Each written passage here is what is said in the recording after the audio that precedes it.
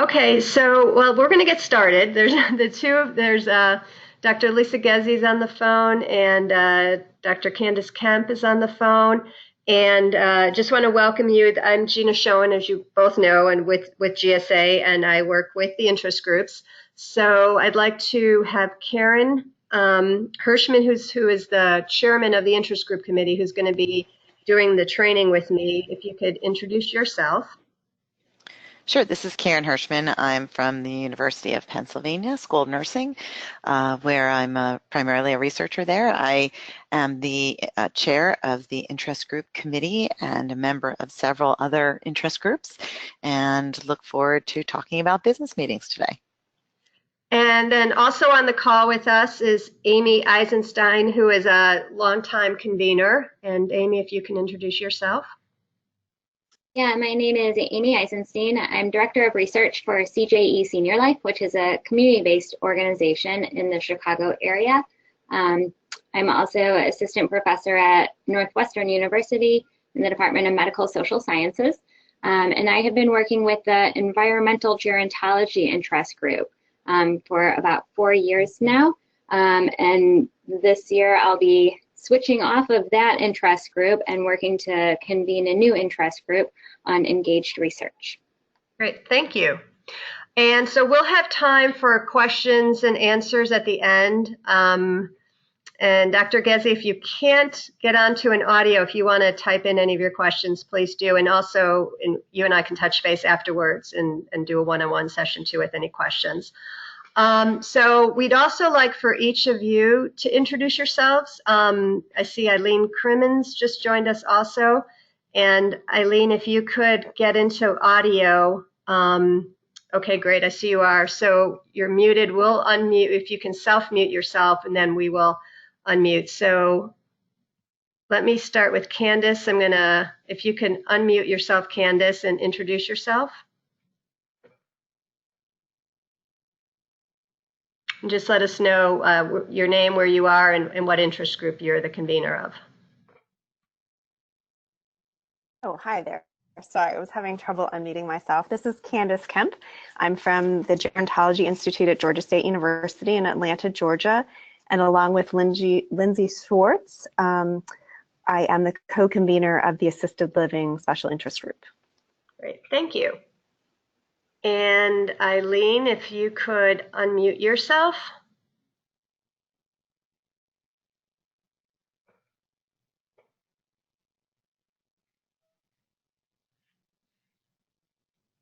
Oh, there we go, I just unmuted. Now I am unmuted. Okay, I'm Eileen Crimmins. I am the organizer of the interest group in epidemiology, and I am at the University of Southern California.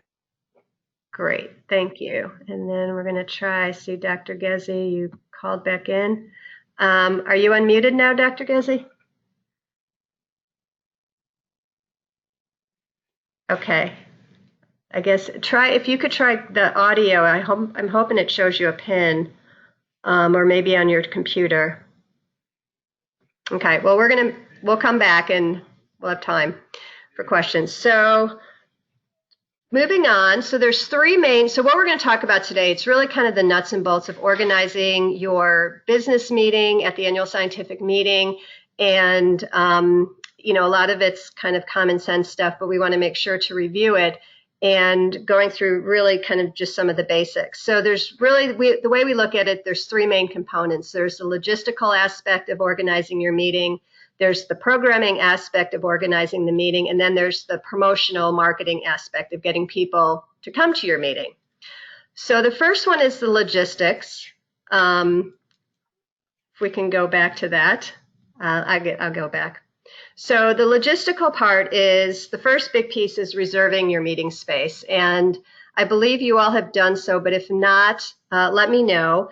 There's a link that we provided early in the year during the first quarter to reserve your meeting space. And GSA does provide complimentary space, which includes the room setup. You're using the session room, so it's how the room is set up. It includes the AV equipment that's in there. Anything beyond that that you might need, for some reason, that would be, you would be required to provide that and or pay for that. The other part of the logistical is sometimes some of the interest groups, as you know, like to coordinate their sponsored symposium. So that would be part of the, keeping that in mind if you want to coordinate your sponsored symposium with your interest group meeting, then you would indicate that you would be doing that, as you know, the process beforehand. So if you have not yet, though, it's really important, if you have not yet scheduled your space, please get in touch with me right after this meeting. The other logistical piece to this is that some interest groups like to provide food and beverage, and that again is something that is the responsibility of the interest group to pay for. GSA unfortunately doesn't have the funds to provide this for the over 40 interest groups that we have. So to do this, interest groups have identified sponsors. They found ways to support this, and this is all completely optional. But one thing that GSA can do to support this for you is we can serve as a depository for the funds. So if somebody wants to give funds, you can have them donate it through GSA, and then that money you would use to cover your costs. So it would be kind of a pass-through. If you are going to have food and beverage, then the other logistical piece to all this is ordering the food and beverage. And that would be done, as we get closer to the annual scientific meeting, we would give you the name of a contact person, and you would be responsible working directly with the hotel to order, and then working out the payment. If we're a depository, we would cover that through the funds that you've raised. A note about sponsorship, though, any funds that you do raise that you would want us to be your depository for, you would have to have in prior to the annual scientific meeting so that everything is covered. The next part of the piece of organizing your meeting is the programming, which is really kind of the heart and soul of your meeting. And Karen and Amy will talk about what their interest groups have done. But it's really, I've talked to a number of conveners, and my biggest takeaway from all this is that programming is very different by the different interest groups. The one requirement that GSA has is that all interest groups do a sign-in sheet, which we'll provide and return that to us. So it's good to track. And then this is also for you, we can add then these people to your interest group if they're not already in it. But as I said, programming is optional. So some people prefer to do kind of an educational programming where they'll either bring in a speaker or have a panel or do some kind of presentation. Some interest groups are completely just socializing and networking during their meeting time. Some use the time to plan for next year's symposium. They get ideas, they do some brainstorming. They also might brainstorm ideas for collaborations that could happen throughout the year, working on journal articles together or maybe presentations at other meetings. And I think a lot of them are kind of a combination of these. So the socializing networking piece is a piece of it, but there's also maybe an educational component. There might be some planning. And then this is my own personal push, but I would love interest groups to start using these meetings also to set the stage of using GSA Connect for your community throughout the year, because that's a way to keep the conversation going. Conversations that you start in person can then start transferring over virtually so that the interest group really can stay connected throughout the year. And we can, we'll share some ideas on that. And then the third component of it, of course, is the marketing, because you want people to come to your meeting, and you'll have your core group that always comes, but you'll also want to reach out to get some new people there. So some ideas prior to the annual scientific meeting, you'd want to promote this on your interest group GSA Connect community. Let people know when the meeting is scheduled, what the programming is going to be. Personal outreach is always a great method, whether you're recruiting volunteers or recruiting people to come to your events. You might want to divide up that among some of the other people in your interest group to say invite 2 people. Send an email, give a call. And another way to get people there is if you coordinate with your sponsored symposium. And to do that, at this point, it would be too late for this year. But if you want to do something like that for next year, this way people are already in the room. If you have a night meeting and they just transfer into your interest group meeting, or you get them to come because they're interested in coming to the symposium after the meeting. And then marketing can continue during the annual scientific meeting. We put all the interest group meetings in our program book so people can review, and we also will probably, like we did at IAGG, we'll have a handout of the meetings and when they're occurring. But then also in-person invitations. So you might meet somebody at a session, say, oh, you're interested in this topic, come to our interest group meeting.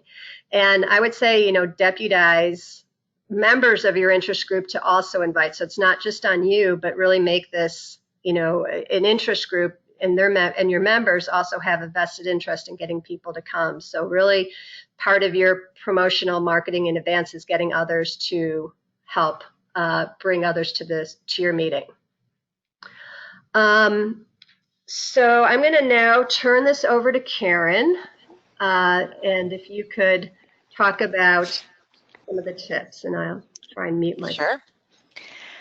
So this is Karen Hirschman again, and I think one of the things that there are a couple of key ticket items that we want to go over that we think are really helpful when planning a meeting, and really it's actually to have a plan and an agenda of what you wish to accomplish. It might seem pretty simplistic, but if you know what your goal is for that meeting, I think it runs a lot smoother. So what is your goal, or what is your IG trying to accomplish in the meeting? For example, are you trying to recruit new members, or try and collaborate for the following year, or putting a symposium together, and the items that Gina has already mentioned, or are you just trying to really build and strengthen the relationships and bring in new members and bring in students and others to engage in your interest group?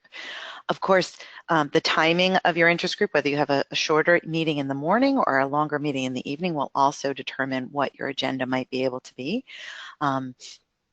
And if you have, if your plan is to socialize and have more of that as your discussions, sometimes having some sort of food or coffee in the morning or something like that can also help too with the engagement if it's available.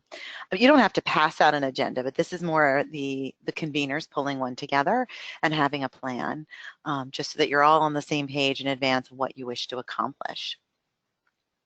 One of the other key things is to really help people feel welcome in the environment. I think this seems very logical, but we have heard that sometimes people feel unwelcome in coming to interest groups, or they don't know how to even engage and take that first step in showing up at an interest group. You play a big role as the convener. It's to welcome people. And if they enter a room, somebody enters a room and they don't feel comfortable, they may sit in the back, they may not engage at all. So thinking of ways that, depending on how many conveners you have, to sort of reach out to people as they come in. I will share some examples of what we've done with our interest group that I ran for several years, which was the hospice, palliative, and end-of-life group. In a moment, I'll share that. Right now, I think it also depends on how the rooms are set up. You might choose to move the chairs around, but recognize that if there is a meeting directly after this or a symposium, that does impact how to socialize in the room and how you need to rearrange the furniture. So keep that in mind when you're thinking about how you will make people feel welcome and engaged. It's interesting, we did some convener interviews last year, and we found that several mentioned how important it was to involve students, and some students really just still stay on the periphery. So in trying to find ways to find who the students are and engage them, either before the meeting or during the meeting and after, to encourage them for the following year, will be critical. And possibly we can do that through ESPO, which is the student interest group. Maybe we can do some outreach to that. I'm just thinking out loud here, some ideas. But if you know that you wish to really engage students, that's going to be critical. And then really just finding opportunities for members to participate moving forward. As I mentioned, you have the student potential, but if you're using your meeting to collaborate and discuss, what do we want to try and pull together for next year? Do we want to pull together a half-day pre-conference, what is it that, or a full day pre-conference, what would it be on? And so using your meeting for that as an opportunity and finding opportunities for these members to continue throughout the year, whether it's volunteering to post things on GSA Connect, this might be a nice way to sort of find your really active members and help them to also be your sort of ambassadors for your interest group. Let's see. All right, so those are your welcoming tips. And then some other tips that we have really, really stem from if you're planning these activities and your symposium ideas, I would just make sure you're taking notes. What we used to do in our interest group is always one person was taking notes about what went on in the interest group meeting.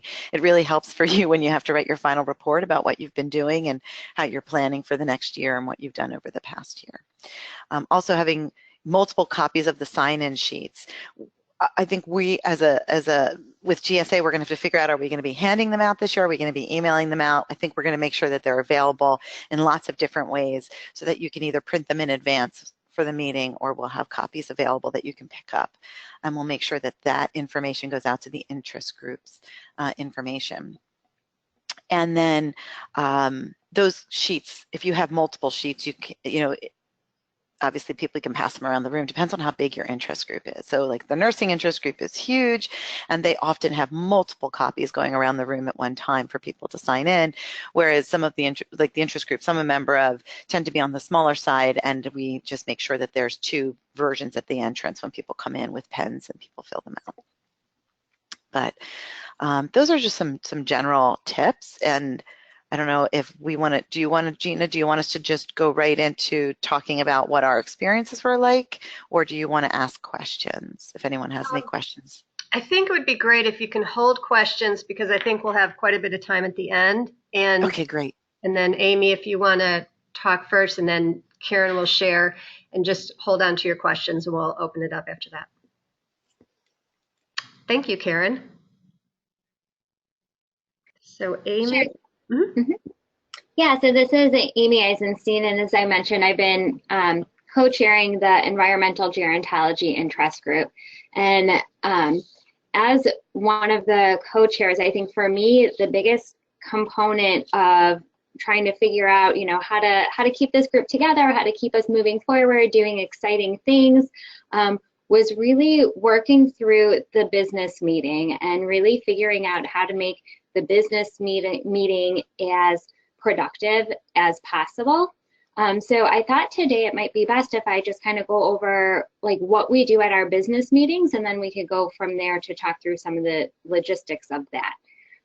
So as Karen was stating, it's really important we always have our agenda for the business meeting. And again, this isn't a big deal. It's usually pretty straightforward and easy to set up and put together, but I always find it's important that we have our PowerPoint slides with information from, about GSA, kind of some of the basic stuff that members might not be getting elsewhere. Just, where's next year's conference going to be? We have those slides up, the templated slides that GSA sends out. And then we have our agenda up on the PowerPoint. And our agenda, it's usually very brief, but again, helpful. We start out with our welcome. We do brief introductions of who we are and why we're interested in environmental gerontology. Next, we feel it's very important every year to review the purpose of the Environmental Gerontology Interest Group. So to remind everyone what the focus is, why we're here, and what we're doing. We next go into general updates. So this is an opportunity for us to talk about our highlighted symposia and what other activities we have for the current year conference. And we also use this opportunity to go over the leadership of the group. We try to rotate people on and off regularly to give people an opportunity to participate. I did say I'm doing this for my 4th year, which is just because we've got a couple students on there this year who are very preoccupied with getting dissertations in, so I'm sticking around to help out, but we'll be rotating off to give other people opportunities. So we go over that at our business meeting. And then typically what we do for the bulk of our meeting is we set up like a World Cafe. I don't know if you're all familiar with that, but it's an opportunity to kind of break into smaller groups and kind of have time to network as well as talk about various topics that are of interest. So we've been doing this for the past couple of years, and we set up our World Cafe. So basically what it is we bring large sheets of paper to go into 3 corners of the room. And at each corner, people will kind of mingle and talk about the different topics that are listed on the sheets of paper. And then we'll come back together to review them as a group.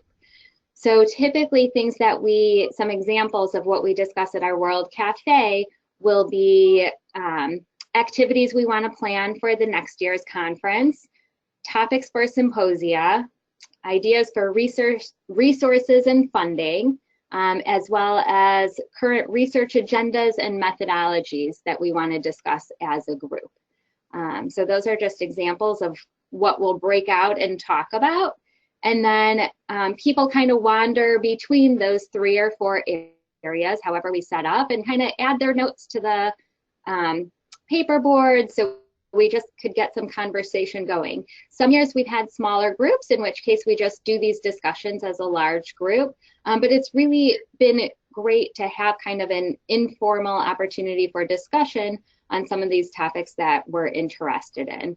And usually from these conversations, we'll come out with ideas for a symposia that we're, as a group interested in pulling together and writing up for next year. And we also, that it's a great opportunity for people to find out who has mutual interest in research. Every year I go to one of these meetings, I leave with new business cards of different people to connect with and talk to who's doing related research.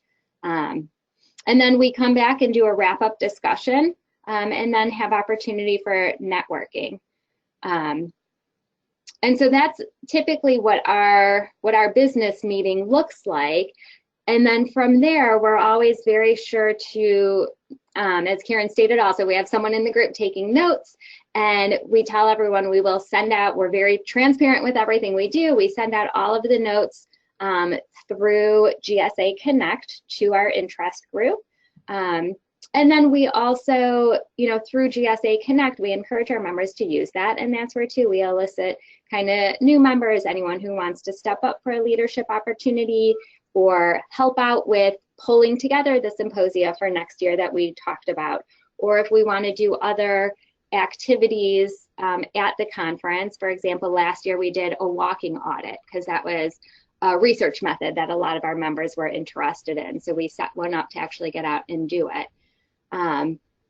So we'll put out opportunities for getting involved in some of that. We also have then our own kind of internal review process for our symposia. So that's another great opportunity for our members to get involved and help out with the interest group. And so typically we'll focus our conversations following the meeting to set a plan for the year ahead. And then when the call for abstracts is out, that's another time that we usually come together as interest group conveners and members to talk about moving that process forward. And then we really don't have a set time to start talking again before the conference. Usually a couple months prior to the conference, one of us very informally sends out a note saying, hey, let's get together, we need to touch base, and that's when we divvy up our roles and logistics for the business meeting for the following year. Great, thanks so much. So hold on to those questions, write them down, and then Karen, I'm going to turn it over to you. Sure. So thank you, Amy. You've been running your interest group very similarly to the way the hospice palliative care and end-of-life interest group has been run. So I won't repeat a lot of that, but that is very similar to how this interest group has been run over the past few years. One of the added things is that we often, just sort of detail-wise, will query our members when they come to the meeting about the timing of the actual meeting. So in the past, we switched to a morning meeting in the past couple of scientific meetings that we've had, and we're always looking for feedback on that. We do know that we have a lot of members that attend other interest groups, and therefore we're trying to always not conflict. And that does become a challenge, but we do try and get some feedback from individuals about whether they like the morning or the evening meetings. We use GSA Connect to also poll people, prior to the meeting to find out what they prefer. Most of the time, though, our interest group has used a format that actually has used a speaker in the past. We've moved away from that, but we have actually brought in an additional speaker to talk at our interest group meeting. I'm thinking back to when we went back to New Orleans after 5 years after Katrina. Our interest group brought in the head of a hospice organization to talk about what it was like during Katrina and what happened to clients and patients and families during that time. It was really very interesting and emotional, and interesting to understand sort of what the impact of a natural disaster has on end-of-life care in a region. So we've done different experiments with speakers over the years to have someone do a presentation. More recently, we've moved away from that because we've done morning meetings, which are a little bit shorter and didn't necessarily align with that. And we are one of those interest groups who's hoping that our symposium will follow directly after our interest group meeting, and hopefully this year will be the year that we are able to get that to work out perfectly for us. And I think that's another way to try and connect people, new members who might come to the symposium but who maybe didn't join your interest group meeting ahead of time. So remembering to sort of use, as I think it was described, ambassadors along the way to talk about your interest group and get others to come to the meeting when possible, or to sort of direct them to GSA Connect to listen into conversations and see if there's ways for them to join in. I think the only other thing that I would say about our meetings that have been really helpful has actually been going around the room and sort of when there's not too many people there, when it's less than about 30 or 40 people, because we can just sort of say who you are, what you're interested in, and then when we start to elicit the ideas about symposia that might be of interest or a pre-conference presentation, then it's pretty easy to figure out who in the room might want to come together to talk about those things, or be interested in coming together as a subgroup after the meeting that we can help facilitate through GSA Connect.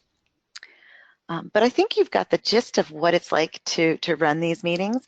I think some of our other challenges have been just over the years, now that we're all moving towards GSA Connect and really streamlining, and so thank you, Gina, really streamlining things, and Michelle, who's no longer on the call, but really helpful, the processes, and using a web-based link for many things and being able to communicate so efficiently, not just on paper, but electronically, I think has really streamlined this whole process. And so I thank you all for that work. Thank you.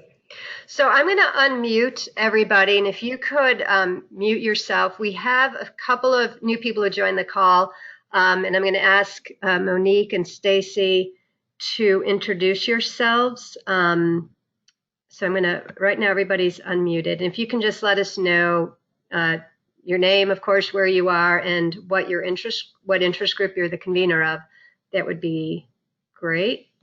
So Monique, I just unmuted you. All right, can you? Let me try. Stacy, you're also unmuted. So you should be able to go through your computer. If not, there's a call in. Okay, I guess we're gonna have to work out this webinar technology. I apologize for that. Well, and then Candace, you're self-muted, and Eileen, you're self-muted. So there was a question that came in. If you can't get on the phone, if you have a question, type it in and I will read it. So there is a question from Alyssa Gezi who wanted to know, and Karen, I know you guys have had food at yours. Is there a typical food budget, or what would you say is a typical food budget, or any kind of guidance you can give around that? That's a great question. We have had food at our meetings for the past, I want to say, 5 years since I've been either the convener or the co-convener over the years. And so there's two elements to this. I would say it really is dependent on where the meeting is actually happening. So for example, our budget that we needed for one location might have been $1,500 for breakfast, and another it might be $1,000. So, but I think it depends again on how many people you expect to come to your interest group and the location of it. But I would say that that's probably a good ballpark to look at, those two numbers. And it depends on what it is you wish to provide. So we have always done, if it was breakfast, it was coffee and like, I want to say like banana bread or things like that, little muffins, but also last year I think we had yogurts and it all depended on what they offered. And in California, years ago, we did an evening and we had more like crudité and cheese, so we've never done a big meal. We've only, at our interest group, we've only done small sort of, little bits of food, sort of like your pre-dinner kind of hors d'oeuvre, so to speak, or breakfast, light breakfast. But I think that's a ballpark figure. I could tell, this is Amy, I could tell you from our group, we've actually, in the recent years, we have not gotten funding for food. Typically, the co-conveners will run out and grab, depending on if we're having a morning or an evening meeting, we'll just grab, a box of cookies, some sweets, or something informal, just to kind of break up some monotony. It always seems that people are a little more chatty if they have something to eat, but we haven't ordered food formally. The other thing that I just wanted to chime in about, like the morning versus afternoon sessions, we've always found whenever we do ask people, we get so many different responses. We try to just mix up. Some years we'll do the morning, some years we'll do the evening, so that everyone who has a preference one way or another will at least be happy one year. This is Gina, real quick. Do you see any advantages to one or the other, or just it's? The morning meetings tend to have less conflicting sessions. So again, we have a lot of members who belong to several interest groups, but it also, less people want to wake up at that time. So it really depends on the member who we're going to attract different years. I will say, I think the evening meetings, we probably tend to get a few more members that show up at those meetings. Mm-hmm. And from our interest group, I think we've seen about the same number of people. I don't recall, I want to say maybe a difference of 5, one way or the other, for morning or evening meetings, but it's different people who can attend. And I think that's been very interesting. The mix has been different. That's interesting. Monique, are you on the phone now? Looks like you're self-muted.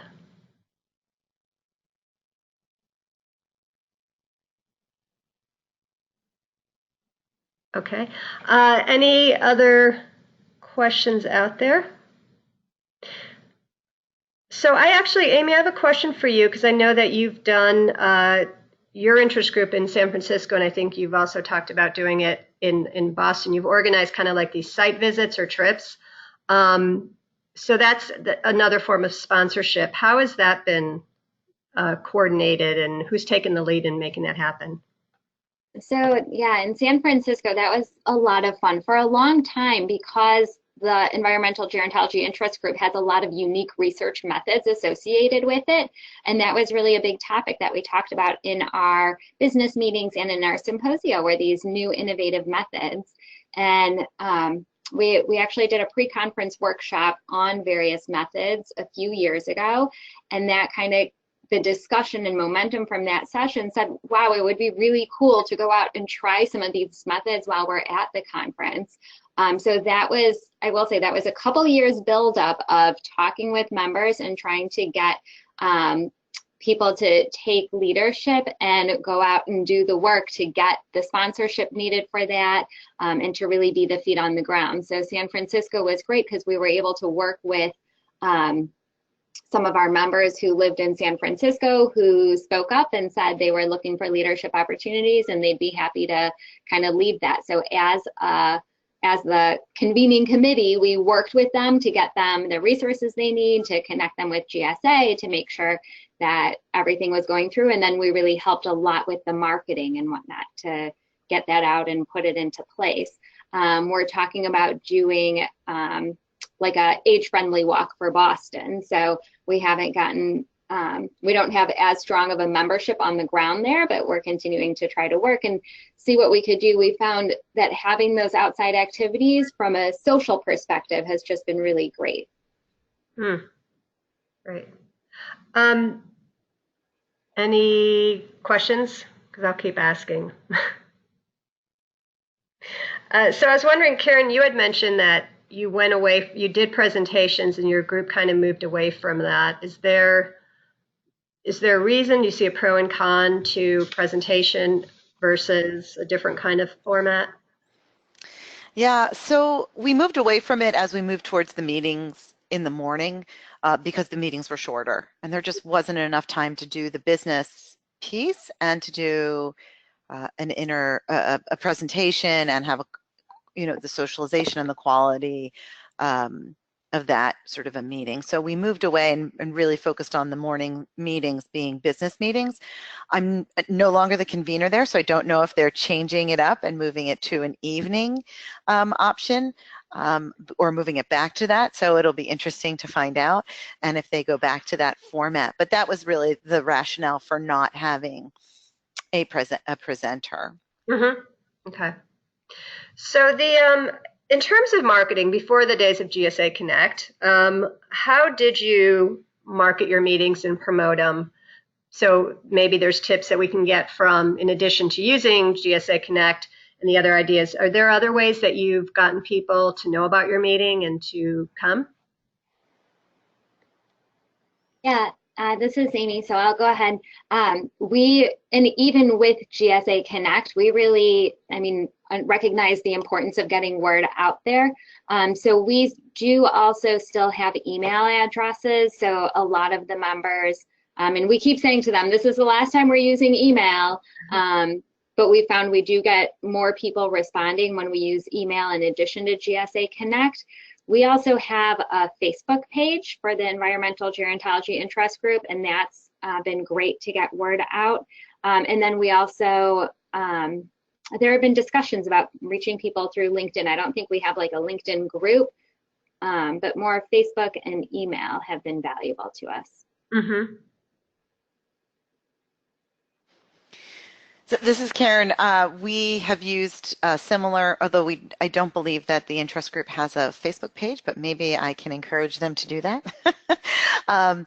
It has also been word of mouth and asking members to bring a student or bring a friend, kind of, discussions in the emails. And often we will find that mentors will bring their mentees to the meeting, and we really encourage that, whether it's a full professors bringing assistant professors, just sort of get them into this sort of new, if they're new to the GSA meetings, or and this particular interest group, or students. And so that's really been a way to bring newer people through, and we have found that many of the students are very engaged and interested when they come to the meetings, and we have made an effort to reach out to them and try and encourage them to get involved. But I don't think we've used any other avenues yet. I do know there are other interest groups that are really using social media platforms to try and stay engaged. So it is definitely worth looking into if you don't have one yet. Mm-hmm.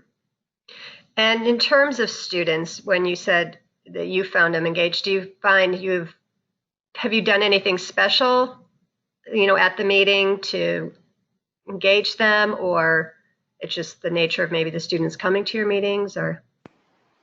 That's a great question. I think in our case with our the Hospice Palliative and End of Life Interest Group, that it's a matter of the members who are bringing new members to the interest group. But I also think we've created a space where we have let them know that if they have research questions or they are seeking, advice on anything specific to the work that they're doing, and as students, that they should reach out to the conveners and that we can help connect them with other members as needed. GSA Connect now allows people to do that directly, but prior to GSA Connect, we sort of, our role, I guess, as the conveners was often to redirect people to other members who we knew or could connect with, whether it be looking for mentoring or looking for people to complete surveys or something along those lines.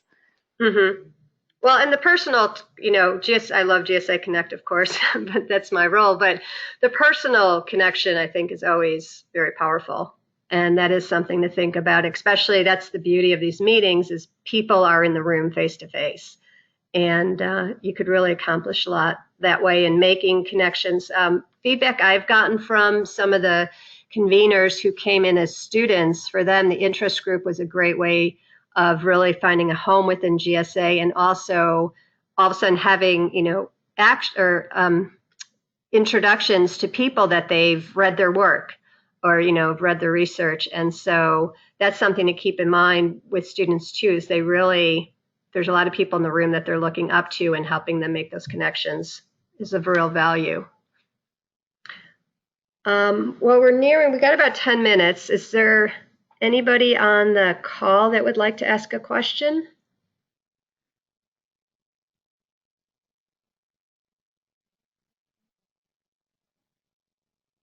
Okay. So Karen and Amy, do you have any final tips or points that you would like to make? This is Amy.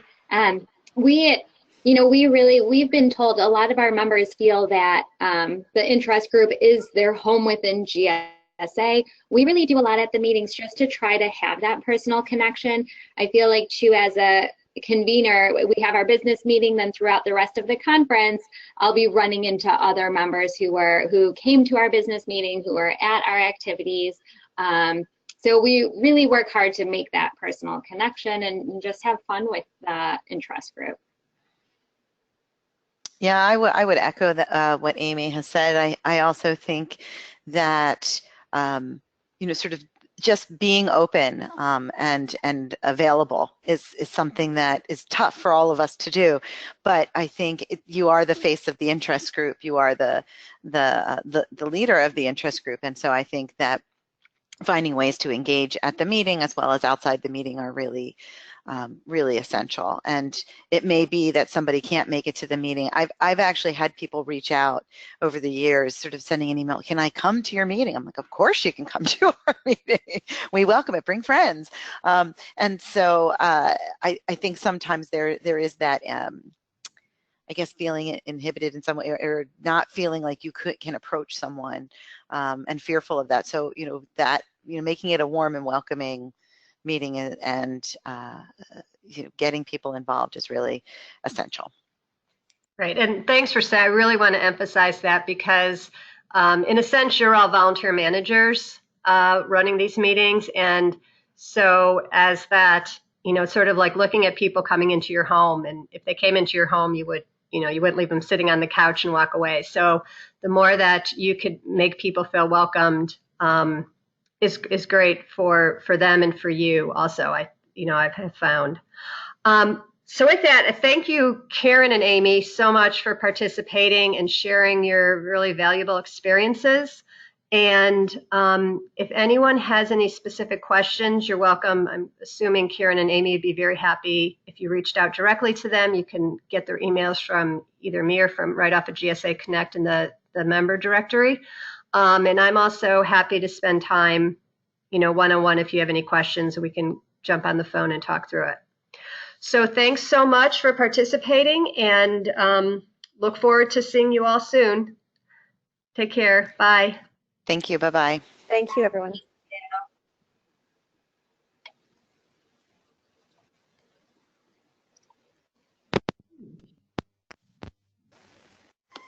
Yeah.